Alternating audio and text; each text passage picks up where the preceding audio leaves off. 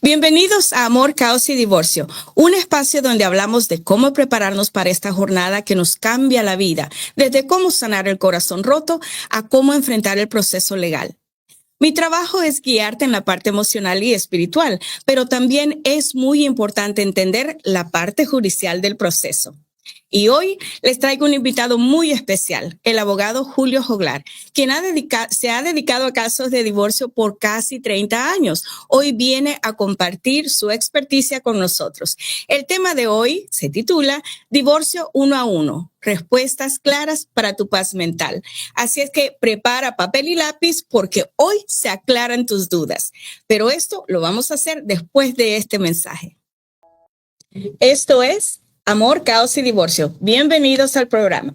Y lo prometido es deuda. Hoy tenemos al licenciado Julio Joglar de invitado que nos viene a hablar de lo mismo, divorcio. Pero ¿qué pasa? Que si no nos informamos y si no mantenemos esa disciplina de informarnos antes de dar ese paso tan importante, entonces a veces metemos la patita. Y para eso está él aquí, para decirnos qué es las cosas que podemos hacer y que no podemos hacer en medio de ese proceso. Bienvenido, señor Julio Joglar. Gracias por estar con nosotros. A la orden, gracias a ustedes. ¿Cómo está? ¿Todo bien? Todo bien. Bueno, entonces vamos a empezar con esta preguntita que tenía. Gracias por estar aquí hoy, pero déjame preguntarte, ¿qué te llevó a especializarte en ley familiar? Bueno, yo creo que yo no escogí ley familiar, yo creo que ley familiar me escogió a mí. Oh, wow. Sí, a ver, cuando yo empecé a explícanos. Cuando yo empecé a practicar, la gente llamándome, los divorcios, había mucha gente básicamente tratando de buscar abogados para divorcio y me di cuenta que había una necesidad de abogados que practicaran ley familiar. Poco a poco empezó la gente a contratarme y eventualmente empecé a desarrollar experiencia y eso se convirtió en la carrera mía. Claro, y estamos hablando de casi 30 años de trabajar en lo mismo, ¿verdad? Entonces sí. Eso te hace súper experto en la materia. Yo espero. Muy bien. Entonces, desde tu experiencia, señor Joglar, desde que tú empezaste casi 30 años, ¿cómo ha evolucionado el enfoque legal de los divorcios en los últimos años? ¿Tú crees que ha mejorado o cuál es la situación ahí? Desafortunadamente las cosas no han mejorado, en mi opinión personal, y esto volvemos a lo mismo, en mi opinión personal, pero yo creo que la población ha aumentado, hay más y más y más divorcios, más casos de familia, y nuestras cortes se han mantenido básicamente del mismo tamaño. Las cosas se han convertido hoy en día, hay demasiados casos y muy pocos recursos de parte del gobierno. Wow. Y por lo tanto, yo he notado que a través de los 30 años los casos se tardan más, cuestan más, el proceso se ha hecho más costoso. Y los casos, obviamente, las cortes no tienen abasto para poder solucionar todos estos casos, solo que antes se podría tardar 4, 5, 6 meses, ahora se está tardando 1 año, 2 años. Se están tardando mucho más que lo que se tardaban antes. Es un proceso largo. Y mira, tengo esta pregunta que siempre me la hacen cuando alguien me hace una entrevista o algo. ¿Tenemos en Texas una manera de medir la tasa de divorcios? Que siempre me dicen, ¿cuál es la tasa de divorcio en Texas? Pues es bien difícil de saber, pues yo conozco una fuente que te diga eso. ¿Tú sí? No necesariamente en Texas, pero yo sé que en los Estados Unidos, en la nación en total, en los últimos 20 años ha estado fluctuando entre 55 a 60%. Más divorcios, 55 a 60%. 55 a 60% de los casos de las personas que se casan, entre 55 a 60% de esas personas acaban en divorcio. Se divorcian. Wow. Más de la mitad. O sea, hay que poner mucha atención si de verdad estás listo para casarte para que no termines siendo una estadística en cuanto a los casos de divorcio. Qué interesante. Hoy quiero darles un tour a nuestros televidentes aquí y explicarles ¿cuáles son los pasos? Primero, ¿cuáles son los requisitos para iniciar un divorcio en Texas? ¿Podrías explicarle eso? Sí, el requerimiento principal es básicamente que la persona resida en el condado donde se radica la demanda de divorcio por un periodo de 90 días y que también sea residente del estado de Texas por un periodo de 6 meses. Ok. ¿Y qué tan diferente es un divorcio amistoso a un divorcio no tan amistoso? O sea, en términos legales, ¿cuál sería la diferencia? Para nosotros, los abogados, el proceso es similar. No tiene mucha diferencia. La diferencia es para nuestros clientes. Un proceso amistoso obviamente se hace más rápido y cuesta mucho menos. Esa era mi siguiente pregunta. Y en lo económico, ¿cuál sería la diferencia? Estamos hablando de miles de dólares. Wow. Ok, ya lo tienen ustedes. Así es que, por favor, a poner atención. Y si se puede llevar esa fiesta en paz, es lo mejor que pueden hacer para tener un divorcio amistoso, un divorcio que no les cueste tanto y que no les desgaste emocionalmente. Así es que ya ustedes saben. Una pregunta que siempre te he querido hacer. ¿Qué documentos debe tener la persona cuando llega a verte? ¿Es necesario tener documentos a la mano cuando llegan a hacer, digamos, la primera visita contigo? Para la consulta inicial típicamente no es necesario. Si la persona, por ejemplo, viene a mi oficina para discutir una modificación de una orden previa, entonces hace sentido de que la persona traiga esa orden para poder discutirla y para yo poder ver lo que la orden dice y qué secciones específicas de la orden la persona quiere modificar. Pero si es un divorcio, típicamente no hay que traer nada a menos que la persona tenga algo, preguntas específicas sobre algún documento, algún papel. Entonces sí trae eso a la oficina. Recuerdo, trabajando contigo por tantos años, recuerdo que la pregunta primaria era ¿cuánto child support me va a tocar pagar? O ¿cuánto child support me van a dar? ¿Qué es lo que necesita la persona llevar para más o menos darle un estimado de cuánta manutención va a recibir o va a tener que pagar? Si la persona tiene esa pregunta y quiere saber, tener una idea aproximada de cuánto la ley va a requerir que esa persona pague en manutención, yo le recomiendo a la persona que traiga a la cita inicial los últimos taxes federales o por lo menos las formas W2 para nosotros poder calcular lo que la persona hace y que traiga los últimos 2 o 3 talones de cheque. Ok, cuando dices los últimos tax returns, ¿cuántos serían? ¿2, 3? ¿Cuántos necesitarías? Por lo menos el último. ¿Uno nada más? Sí, el último y los últimos pay stubs, los últimos 3 talones de cheque. Okay. Sí, y si no ha radicado taxes o no ha llenado la planilla, que entonces me traiga la forma W2 si la persona es empleada. Si la persona no es empleada, la persona trabaja para sí misma, entonces es un poquito más complicado. Y entonces nosotros podemos discutir eso en la privacidad de mi oficina para calcular esa manutención. Muy bien. Mira, tú y yo trabajamos con personas en momentos muy vulnerables. ¿Cómo manejas los casos de las personas que aún están afectadas emocionalmente por la ruptura, porque el compañero o la compañera se fue? ¿Cómo manejas esa situación? ¿Qué les dices tú? Yo trato de explicarle al cliente que mi trabajo como abogado, yo no soy psicólogo. Yo no estoy ahí para resolver los problemas emocionales de las personas. Claro. Y no solo eso, pero el cliente no debe esperar que yo le resuelva los problemas emocionales, porque cuando uno se envuelve emocionalmente, uno pierde la objetividad. Y es bien importante que el abogado se enfoque en lo objetivo del caso y que se desasocie de los problemas emocionales. Porque nosotros somos seres humanos también y nosotros a veces desarrollamos simpatía y también nos tocan esos problemas emocionales, pero a veces es un error para ciertos abogados envolverse con el cliente emocionalmente porque entonces pierden la objetividad y no le estás haciendo un favor al cliente. Exactamente. Acabas haciéndole más daño a largo plazo al cliente. No puedes explicarle las cosas objetivamente, no puedes ver la situación legal y eso a la larga no es en el mejor interés del cliente. Yo trato de explicarles a mis clientes, hey, yo siento lo que tú sientes y entiendes, pero va a ser mucho mejor para ti y va a ser en tu mejor interés si yo me mantengo objetivo, me enfoco en la ley y en los hechos específicos relevantes a tu caso. Claro.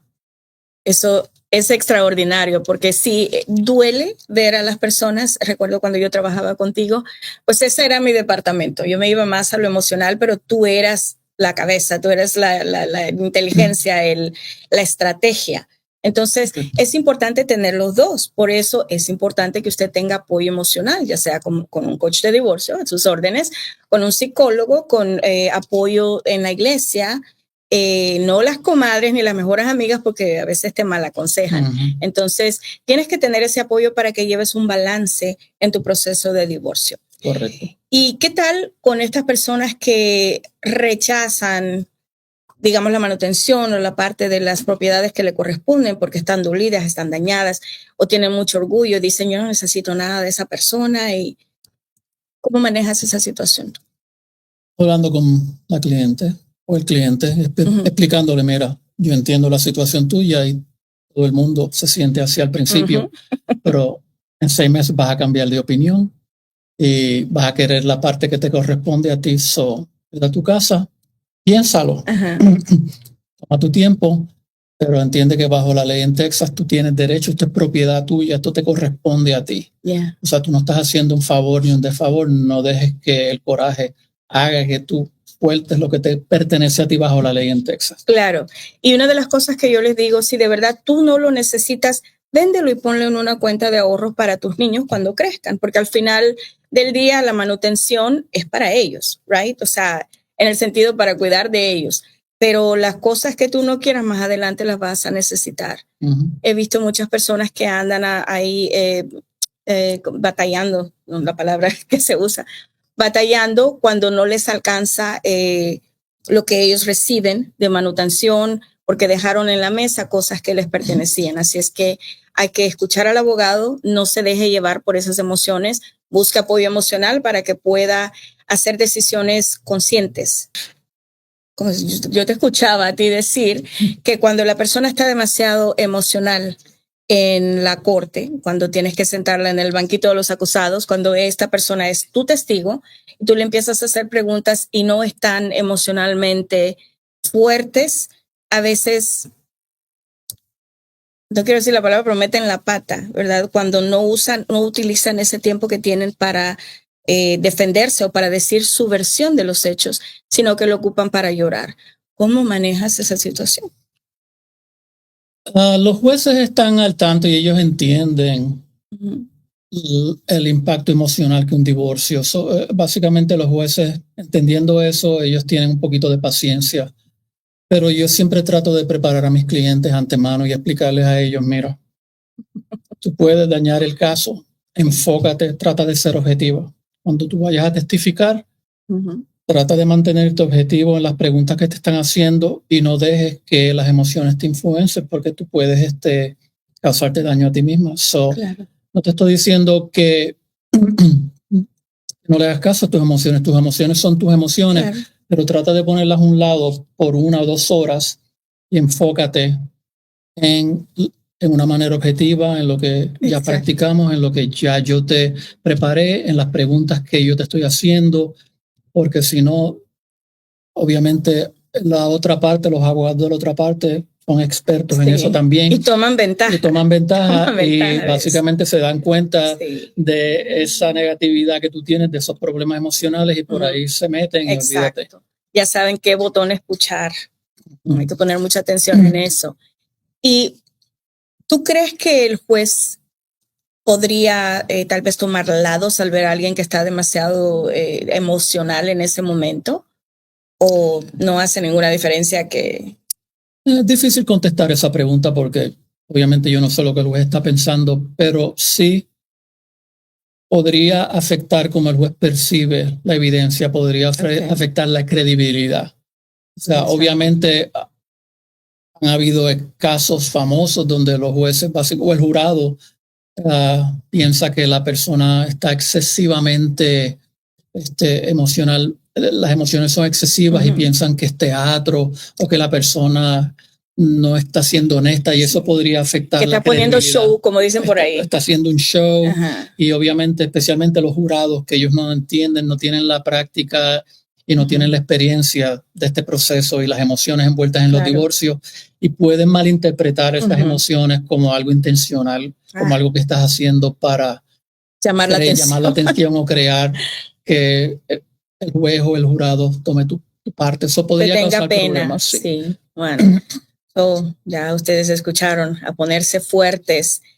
Y hoy quiero que nos des un recorrido por el proceso de divorcio en Texas. ¿Cómo comenzamos una demanda de divorcio? El primer paso, obviamente, es radicar la petición de divorcio. Ese es el primer paso. Una vez tú vienes y hablas con el abogado y el abogado te dice a ti, ok, si tú vives en el condado este condado y tú vives en el estado de Texas, tú cualificas, los requerimientos de domicilio están satisfechos, entonces el segundo paso es radicar la demanda de divorcio. Okay. Radicamos la demanda de divorcio. Una vez se radica la demanda de divorcio, entonces hay que darle notificación a la otra parte. Okay. Esto es bien importante, y típicamente la manera primaria de darle notificación a la otra parte es emplazando la otra parte. Okay. Nosotros usualmente usamos un emplazador privado, pero muchos abogados usan el constable o el sheriff, usan diferentes agencias del gobierno para emplazar a la otra persona. Exacto. La otra persona entonces es emplazada. Básicamente le dan los papeles en la mano y le explican: usted ha sido demandado y tiene este tiempo para contestar la demanda, que en el estado de Texas tiene que contestar la demanda antes de las 10 de la mañana del lunes, después de 20 días. De 20 días, interesante. Sí. Y a veces ni siquiera te lo dicen, o sea, tú tienes que hacerlo inteligentemente, tienes que usar inteligencia para poder leer tu documento y saber que solo tienes ciertos días para contestar esa demanda. El documento dice, usted ha sido demandado y tiene que contestar esta demanda, no va a tardar. Pero a veces recibimos, lo ponemos en una gaveta y cuando nos acordamos, sacamos el papel y a veces esos 20 días ya están expirados o estamos en el último día buscando un abogado que te ayude a hacer la respuesta. Correcto, eso pasa mucho. Sí, otra de las cosas que quería aclarar acá es que cuando usan el constable, ciertos abogados, yo sé que tú no lo usas, pero muchas personas se asustan con el constable porque dicen, me mandó la policía al trabajo. Explícales qué es esa policía que le mandaron al trabajo. No es que te enviaron la policía, el constable es policía, pero él no viene a arrestarte o a hacer nada fuera de lo normal, sencillamente viene a emplazarte, a darse esos papeles. Nosotros usamos un emplazador privado que usa ropa normal, civil, pero mucha gente usa policías y yo entiendo, tiene un impacto negativo para ciertas personas, pero en verdad no es que la policía va a te está buscando, no es que te está buscando la policía. Ok, y esto obviamente es cuando las personas no tienen un acuerdo, porque también está el lado fácil, que es firmar el waiver of citation. Si la persona tiene un acuerdo, entonces usualmente nosotros le preparamos un documento que se conoce como en inglés como un waiver of citation, donde la persona lo firma y básicamente está diciendo lo que me enteré, ya recibí notificación y recibí una copia de la demanda, no tengo que ser emplazado. Okay, con firmando este documento acepto que la demanda y entro en la demanda. Ok, para los que sí fueron emplazados, ¿cómo se responde esta demanda? Buscando un abogado. A poner atención en eso. Lo más rápido posible, buscar un abogado para que entonces el abogado prepare el documento indicado para responder a la demanda. Típicamente el documento es una contestación, pero ciertos abogados, especialmente en casos de familia, radican una contestación y una contrademanda. Ok, háblanos un poquito de esa contrademanda.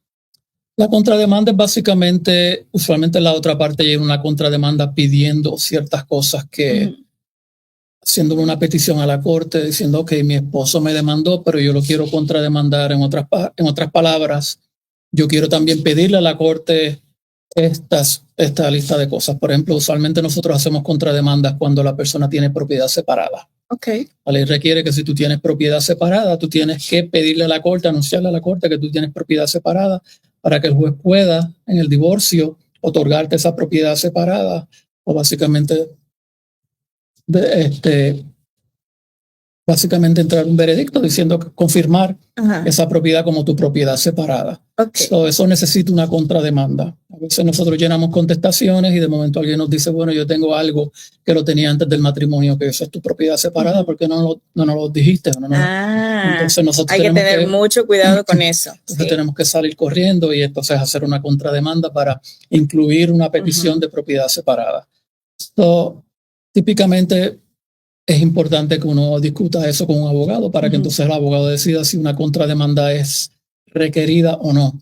Hay muchos abogados que llenan una contrademanda de una vez, no importa si la necesitas o no. Pero muchos abogados lo hacen, piensan que es buena práctica. A veces están correctos esos abogados, a veces es buena práctica, y especialmente si uno tiene dudas, y a veces yo lo hago, si tengo dudas o la persona no sabe si esto lo compré, a veces me dicen, ok, esto lo compré antes del matrimonio o no, no sé, no me acuerdo, no estoy segura. Vamos a hacerla de todas maneras. Por cualquier cosa. Y luego, si la persona necesita ayuda económica rápido, se podría pedir manutención de esposa mientras el divorcio está en proceso. Sí, a veces nosotros pedimos órdenes temporales y le pedimos a la corte que le explicamos a la corte que nuestro cliente no tiene los medios necesarios para llevar a cabo la demanda y para mantenerse. Eso la corte puede, bajo ciertas circunstancias, ordenar que la otra parte pague gastos y manutención temporal y gastos de abogado. Ah, interesante. No siempre, pero a veces sí. Tendrían que consultar a un abogado para ver si de verdad tenemos que verlo, podrían calificar para eso. Correcto, la situación específica y financiera de nuestro cliente, a ver si cualifica y si es posible que el juez ordene alguna ayuda temporal. Perfecto. Y también dentro de esas órdenes temporales también tenemos algo que se llama órdenes de restricción, ¿verdad? Correcto. ¿De qué se tratan esas órdenes? Una orden de restricción básicamente en el estado de Texas es unas provisiones temporales que básicamente la corte otorga para proteger las partes y para proteger la propiedad mientras el caso continúa. Está en proceso. Exacto, y el propósito es básicamente ordenar que las partes, por ejemplo, que no vendan cierta propiedad, que no se traten mal los unos a los otros. Que no se lleven los hijos. Que no se lleven los hijos fuera de la jurisdicción de nuestra corte. Que no desconecten los servicios de agua, electricidad. Importantísimo. Y todas esas cosas que son cosas sentido común, pero mucha gente cuando se enojan, pues eso es lo primero que hacen, le desconectan el agua, la electricidad o el cable a la otra persona y pues los jueces paran eso. Ok, muy bien. Hay en esta orden de restricción muchas personas la confunden con orden de protección. Explícanos la diferencia entre la orden de restricción y la orden de protección. La orden de protección es un documento, un mecanismo completamente diferente a la orden de restricción. En el estado de Texas, porque en otros estados a la orden de protección se le llama orden de restricción. Por eso mucha gente se confunde. Pero en el estado de Texas, una orden de restricción, como ya expliqué, es una orden que ambas partes están prohibidas de cierta conducta durante el proceso de divorcio. Una orden de protección es una demanda que se radica con la corte de familia pidiéndole a la corte protección de la otra parte porque ha habido un historial de violencia doméstica. Y el propósito de una orden de protección es básicamente mantener al agresor separado, que no tenga contacto con la víctima de violencia doméstica. Interesante. Sí, también otra diferencia es el remedio que existe en caso de violar esa orden. Una orden de restricción, si tú la violas, entonces tú tienes que llenar una moción con la corte de familia pidiendo que encuentren a la persona de desacato porque violó esa prohibición. Y la corte puede hacer ciertas cosas, pero una orden, puede dar una palmadita en la mano. Pero en una orden de protección, si tú violas esa orden, vas a la cárcel. Puedes ir a la cárcel. Es tremenda diferencia. Exacto. Por eso es importante conocer la diferencia entre una y la otra. Muy bien. Ahora, muchas personas se asustan cuando les dices que les mandaron discovery del otro lado. Discovery es descubrimiento. Y es esta lista de documentos que tienen que llevarte, que recuerdo que las personas te llevan las cajas completas, o sea, tienen que leer lo que les están preguntando, porque un abogado que les cobre por hora, les va a cobrar por todo ese tiempo de estar abriendo sobres y arreglando esos documentos que a veces ni son los que estás pidiendo. Parte de nuestro sistema judicial, de nuestro proceso de litigación, incluye, bajo las reglas de procedimiento civil, conducir descubrimiento. Okay. Así que en el estado de Texas nosotros no tenemos juicios con información secreta. Yeah. La ley espera que lo que tú tengas te lo demuestres a la otra parte. Claro. Y para eso el proceso de descubrimiento es para tú saber qué información tiene la otra parte. Y en un divorcio es bien importante el descubrimiento para saber, qué propiedad tú tienes, cuál es el valor de la propiedad, si tienes cuentas de banco, si estás escondiendo dinero, si tienes ciertas cosas que no le has dejado saber a tu esposa. Eso es bien importante en un divorcio. Es un proceso tedioso y mucha gente no le gusta contestarlo. Claro. Mucha gente protesta porque yo tengo que darle estos documentos a mi esposo, porque yo tengo que darle esto. Pero es un requerimiento. Claro. Y puede traerte problemas a largo plazo si tú no contestas y provees esos documentos. La corte te puede sancionar, la corte te puede eliminar cierto testimonio. Si tú tienes que proveer documentos sobre ciertas cosas que te van a ayudar a ti a defenderte y no los provees, entonces no puedes establecer esa defensa. La corte no te permite.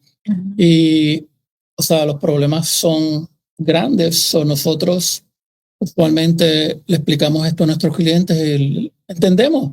A la hora de la verdad, para mí es un dolor de cabeza también sentarme y contestar ese discovery. Es un proceso que muchos abogados lo detestan. Yo lo entiendo, pero hay que hacerlo. Es parte de. Es parte de, y el otro lado lo tiene que hacer también. Tiene que proveer documentos, tú tienes que proveerlo y tenemos que demostrarle al otro lado, tenemos que poner todas las cartas en la mesa. Claro, claro. Muy bien. ¿Y qué tal la mediación?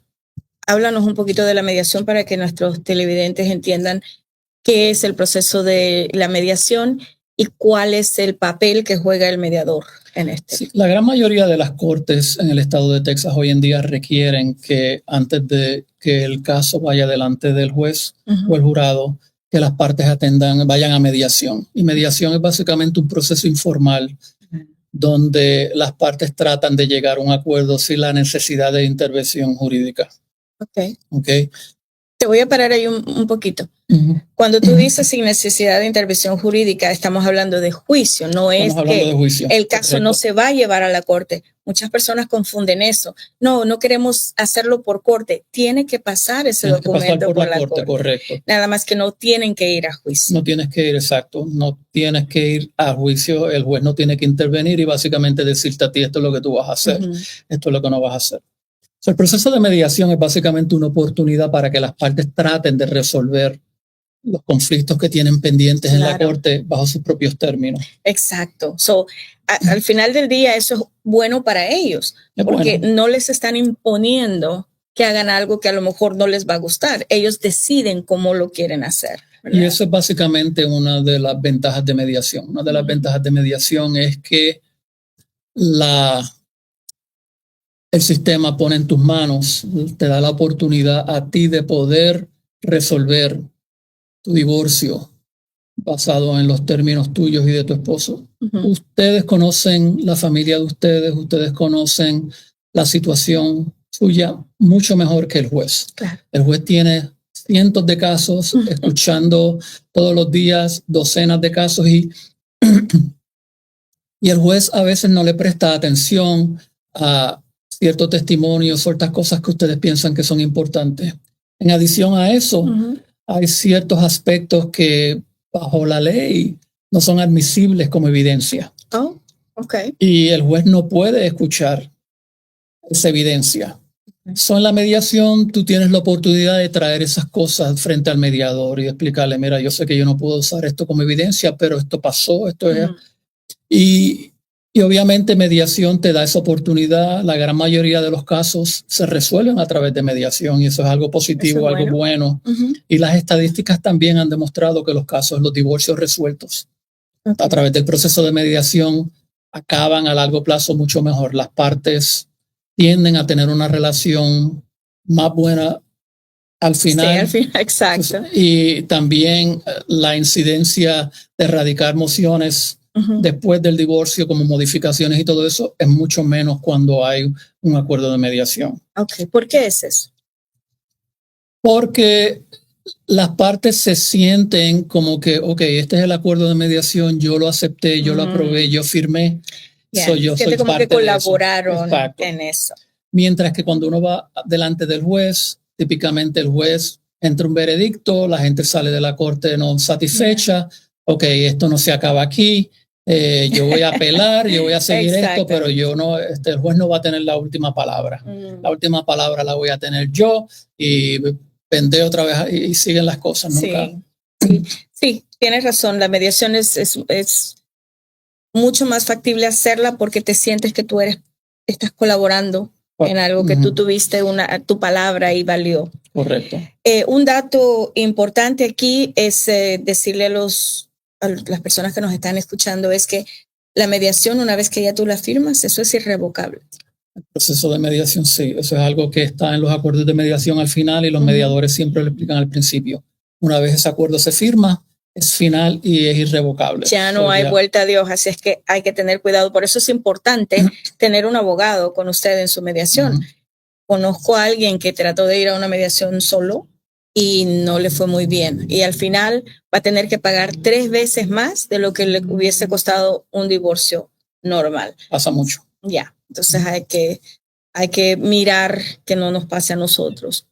Bueno, luego el final de todo esto, una vez que ya llegamos a un acuerdo en mediación, chévere. Pero si no llegamos al acuerdo, ¿qué pasa? Si no llegas a un acuerdo, entonces es a prepararse para ir a juicio. Para juicio. Entonces las partes no pudieron ponerse de acuerdo, entonces el juez o el jurado va a tomar una decisión. Okay. Y entonces el próximo paso es preparar los documentos y todo lo que la evidencia. Los testigos. Testigos, todo lo que se necesita para el juicio. Yeah. Dolor de cabeza. Bueno, entonces, en el evento que sí lleguemos al acuerdo de mediación, ¿qué sigue? Si llegamos a un acuerdo de mediación, ya el próximo paso es preparar la orden final, someterla con el juez para que el juez la apruebe y la firme, y ya el caso se termina. Ok. ¿Y ese decreto de divorcio lleva las provisiones de? El decreto de divorcio incluye obviamente el divorcio. Si hay niños, incluye todo lo que tiene que ver con la conservaduría y con la manutención y la visitación del niño, de los niños, y incluye la división de propiedad. Ok, perfecto. ¿Y a veces cambios de nombre cuando hay? A veces cambios de nombre, otras cosas menores, pero sí. Bueno, y ya con eso el divorcio es oficial. El divorcio es oficial, una vez el juez lo firma, ya el divorcio es oficial. Ok, perfecto. Y en este divorcio a veces podemos incluir provisiones especiales, ¿verdad? Sí, a veces se puede. Ok, que es de lo que vamos a hablar en el próximo programa. Por favor, nos acompaña el próximo martes, donde les vamos a estar hablando también de los mitos del divorcio, de todas las situaciones que pasan, las provisiones especiales, los mitos, las ideas erróneas que las personas tienen durante el proceso. So vamos a entrar un poquito más en detalle. Esto fue solo un little tour en el proceso del divorcio. Así es que llegamos al final del recorrido y también al final del programa. Así que muchísimas gracias al señor Julio Joglar por compartir ese conocimiento con nosotros y también a ustedes por estar cada martes a las 10 de la mañana acá. Y recuerde que el divorcio legal puede terminar con una firma, pero las heridas emocionales se quedan ahí. Así es que es muy importante que busquemos el apoyo emocional para sanar y cerrar ese ciclo en paz. Y para las otras personas que no creen en la sanación, pues por lo menos infórmese para no cometer errores en medio de este proceso. Así es que muchas gracias por su sintonía y hasta el próximo martes. Gracias, licenciado Joglar. A la orden, hasta luego. Gracias. Esto fue Amor, Caos y Divorcio, donde sanar no es opcional, es necesario.